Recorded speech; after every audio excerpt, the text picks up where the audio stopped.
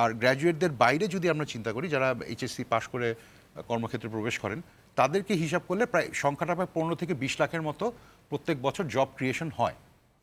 এখান থেকে আপনি যদি 10% কমিয়ে দেন, তাহলে কিন্তু সেটা হলো 2 লক্ষ জব কমে যাবে 20 লাখ থেকে।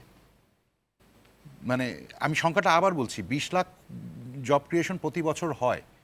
সেখান থেকে যদি আপনি 10% কমিয়ে দেন, তাহলে সেটা 20 লাখ 2 লক্ষ জব কমে যাবে। আপনি যদি 10 দিনের হিসাবে কমিয়ে দেন, 4% কমবে, তাহলেও আপনার 60,000, 50 থেকে 60,000 কর্মসংস্থান কম হবে।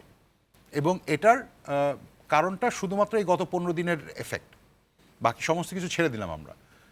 এখন বাকিটার ক্ষেত্রেও যদি দেখেন, আমরা কিন্তু ইকোনমি, আমরা সবাই জানি যে গত 2 বছর ধরে আমরা একটা খুব কঠিন একটা সময় পার করছি।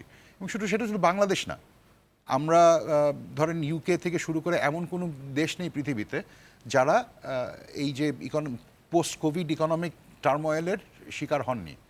মোটামুটি পৃথিবীর সবাই কিন্তু কোনো না কোনোভাবে এফেক্টেড হয়েছেন।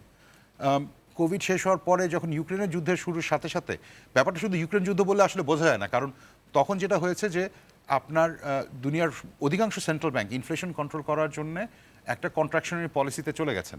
তার ফলে কিন্তু গ্লোবাল ইকোনমি শ্রিঙ্ক করেছে, ওভারহিট হয়ে গিয়েছিল, সেটাকে গ্রোথ রেট কমিয়ে আনা হয়েছে।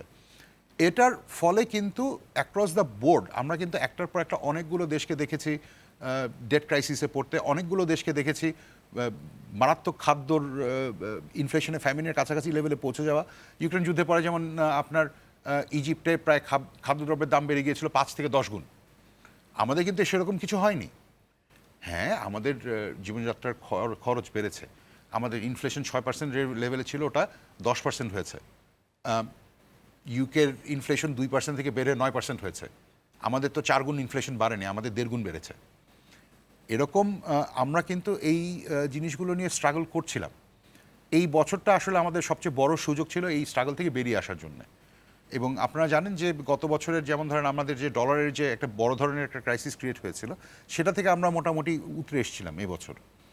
আমাদের ডলারের এক্সচেঞ্জ রেটের সাথে সাথে ইন্টারেস্ট রেটের যে প্রবলেমটা তৈরি হয়েছিল, সেটা এবছর খানিকটা হলেও আমরা লিমিট করতে পেরেছি। এই বছর আমাদের জন্য খুব ভালো একটা বছর দরকার ছিল ঘুরে দাঁড়ানোর জন্য। এই যে এই কারণেই আমরা বলবো যে এটা আসলে মরার উপরে খাড়ার ঘা।